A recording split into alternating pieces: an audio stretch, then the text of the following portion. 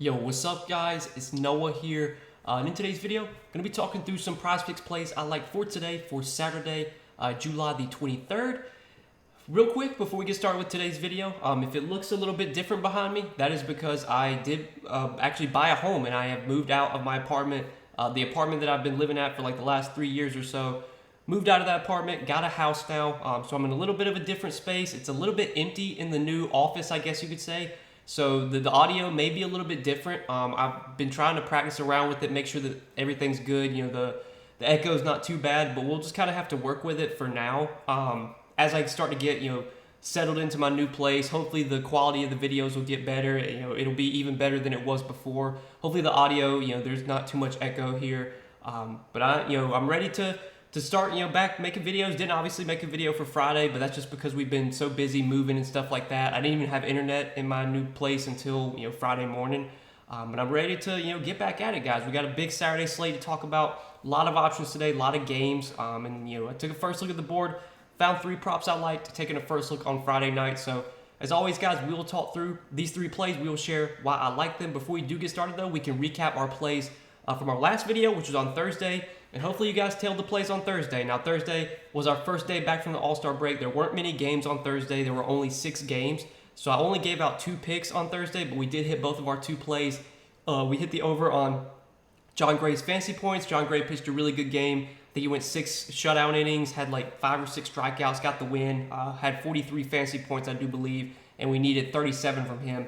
And then we took the over on Javier Baez fantasy points. Javier Baez, I think, had 2 base hits. He had a run scored. I think he finished with like 10 fantasy points, and we needed 7 from him. So hit both of our plays on Thursday. Hit all 3 of our plays on Sunday, right before the All-Star break. So technically, over our last 2 videos, we're 5-0. We're on a nice little run lately. Hopefully, you guys have been tailing the plays. But yeah, guys, big Saturday slate. Got 3 props I like. Real quickly, hit that like button if you guys have not yet. Hit that subscribe button if you are new here. Also, if you have not signed up for Prizepicks yet, definitely get over there. Sign up. Use promo code NOAH, and Prizepicks will match your first deposit up to $100 when you do sign up with my promo code. And one more thing, if you guys really enjoy these YouTube videos, if they help you out a lot, you want to get more content from me, you can check out my Patreon, link down below in the description. I do provide a lot of additional Prizepicks plays over there. Also, I cover DFS content, not right now for MLB season, but when NFL starts up, when NBA starts up, I'll be covering DraftKings, FanDuel, Yahoo DFS, or not FanDuel, but DraftKings and Yahoo DFS. So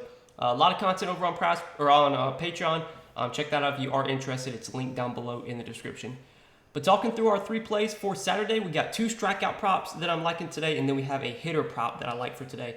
So we'll start off with the strikeouts. First play that I really liked, that really stood out to me at first look, was Zach Wheeler's strikeout prop at 6, and we're going to be taking the over here. This definitely feels like too low of a number for Zach Wheeler, especially in this matchup against the Cubs. So if you look at where the Cubs rank this year versus right-handed pitching, they do have a top 10 K rate, 23.3% strikeout rate for the Cubs, which is 10th highest in the league. If you look over their last 30 days, they're even higher. They actually have the 5th highest K rate, 24.4%. And if you look at their lineup individually, like there's a lot of hitters in this Cubs lineup that will strike out. Specifically guys like Christopher Morel at the bottom of that lineup with a 30% K rate, Patrick Wisdom with a 35% K rate, Rivas 27% K rate. It's going to be tough to strike out guys like Horner, however you say his name. He's only got a 10% K rate this year. Yan Gomes has not been striking out much versus righties, just a 13% K rate, but 30% for Morel, 27 for Rivas, 35 for Wisdom. Ian Happ, Wilson Contreras, Rafael Ortega, they all have K rates, 20% or higher. So this is definitely a matchup where Wheeler should be able to get strikeouts. He's a really good strikeout pitcher. Obviously, Wheeler is one of the better pitchers in the league. Has a 26.7% K rate this year. You look at all of his numbers on Baseball Savant. I mean, they're really, really good. Has a really good chase rate, so he gets a lot of swings and misses on pitches outside the strike zone. He's just a really talented pitcher. He's a really good strikeout pitcher. This matchup sets up well for strikeouts, and I think this K prop of 6 is just way too low. I mean, I feel like worst case scenario, Wheeler can push here and finish with 6, but definitely think he can get a 7 or more Ks in a good matchup like this. I would be very surprised if this line doesn't move. I think it's most likely going to move up to like 6.5, if not 7. So wanted to get on it early while it was still at 6. I do like the over. 6 strikeouts for Zach Wheeler today. And then the other prop that I like, it's another good matchup, and we're going to be going to Joe Ryan. 5 strikeouts versus the Tigers. Love the spot for Joe Ryan, and I know Joe Ryan has not really been pitching that well lately. I want to say over his last few games, he has not been getting a lot of strikeouts. He faced the Brewers, only got 3 strikeouts. He faced the White Sox, only got 3 Ks. But he did have 7 Ks against Baltimore. He did have 7 Ks against Cleveland. And it is worth noting that the best game of his season, or the best game so far this year for Joe Ryan, came against this Tigers team. On April 27th, he faced Detroit, went 7 innings, only allowed 1 hit, 1 walk, and he had 9 strikeouts. So the most strikeouts Joe Ryan has had all season in a game is 9, and it came against this Tigers team. This is another scenario where I think this line is just too low for the matchup, and I think, worst case scenario, Joe Ryan can get us 5 Ks and he can push. But against the Tigers, he could probably get 6 or more Ks, because the Tigers, they're another team that strikes out a lot. If you look at where they rank versus right-handed pitching on the season, they're top 10, and they're actually top 5. 24.2% K rate for Detroit. Over the last 30 days, Detroit is top 5 as well. 4th highest K rate, 24.4%. There's just so many strikeouts in this Tigers lineup. It's just a weak lineup in general. It's a matchup that I've been targeting all season. I always look to take pitcher props against the Tigers whenever the spot's right, whenever the line is worth taking. And I think this line of 5 for Joe Ryan is definitely too low. So I do like this one quite a bit. Over 5 Ks for Joe Ryan. Right now, it looks like they have Sonny Gray pitching, but I think it is going to be Joe Ryan. I think I already saw earlier that Joe Ryan is scheduled to pitch. I'm not sure why RG has Sonny Gray in there, but on MLB, it has Joe Ryan. So we can actually pull up Joe Ryan's stats just so I can show you guys. But it should be Joe Ryan pitching and not Sonny Gray. But so far this year, Joe Ryan does have a 21.6% K rate, which is solid. Obviously, this Tigers lineup, full of strikeouts. Everyone except for Harold Castro and Jonathan Scope have a K rate above 20%. And those guys, they're right there at 20%. 19.9% K rate for Scope, 18.3% for Castro. But Tucker Barnhart, 30% K rate, 26% K rate for Baddoo, 25% for Miguel Cabrera, 25% for Javier Baez. The matchup is just so good. This Tigers team is just so bad. They have a lot of strikeouts in their lineup. Joe Ryan, he's been up and down so far this year, but he still's got solid strikeout numbers. And this line at 5 is just too low in my opinion. I think worst case scenario, Ryan can get his 5 Ks. He can push, but in this spot against this Tigers team that strikes out a lot, I think he'll be able to get 6 or more and go over this line. So those are the 2 strikeout props I like for today. And then the hitter prop that I really like, in general, I just think it's a great spot for the Twins, and I'm loving the over 7.5 hitter fantasy score for Carlos Correa. Now, there are a lot of props you could take from Minnesota today. You could take Byron Buxton's hitter fantasy score. I think he's in a great spot. You could take Luis Arias' fantasy score.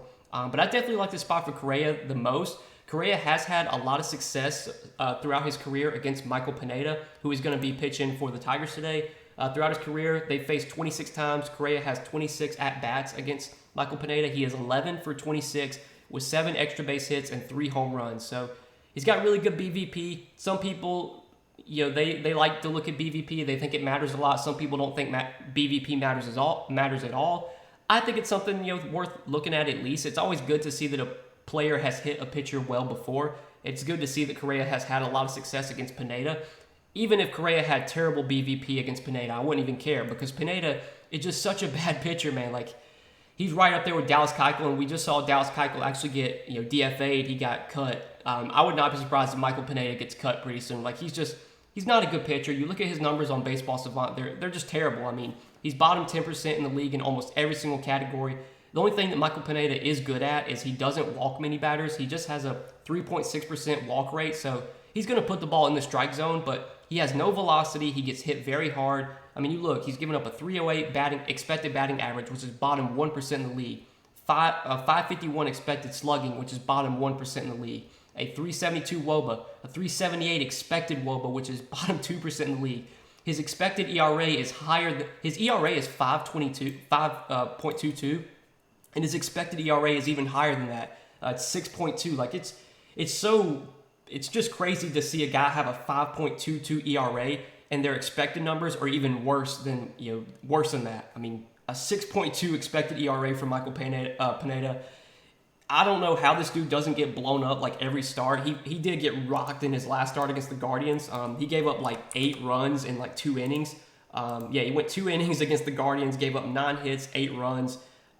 That's just what we should, not saying that Pineda's going to give up 8 runs in 2 innings, but Pineda is not a guy that we should be afraid taking batters against. This Twins lineup is good. They have a lot of power. Arias is a really good hitter at the top of that lineup that doesn't strike out much at all. He's going to put the ball in play. Carlos Correa, Byron Buxton, they both have a ton of power. even guys like Gary Sanchez, Max Kepler have power, Jorge Polanco.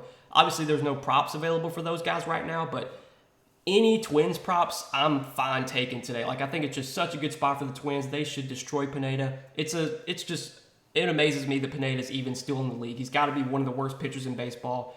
He's given up a 386 WOBA to lefties, a 333 WOBA to righties, over a 200 ISO to both righties and lefties. Again, just has a 12% K rate, which is one of the lowest in the league. He has a 40% fly ball rate, 44% hard contact. Like, he's just not a good pitcher. Correa's had a lot of success against Pineda. Obviously, Correa's a great hitter. All of his numbers are great. Max exit velocity, hard hit percentage. When Correa makes contact, it's usually hard contact, and he should be able to get a lot of hard contact against Pineda because Pineda's just going to toss meatballs right down the middle. So, love this spot for the Twins. I think it's a great spot for Carlos Correa too, and I like his over 7.5 hitter fantasy score for today. So, this is what I'm liking for Saturday's slate, guys. I think it's a full 15-game slate. Couple early games today, but our props are more so focused on the night games, and hopefully we can get another clean sweep. We've had back-to-back clean sweeps over our last 2 videos.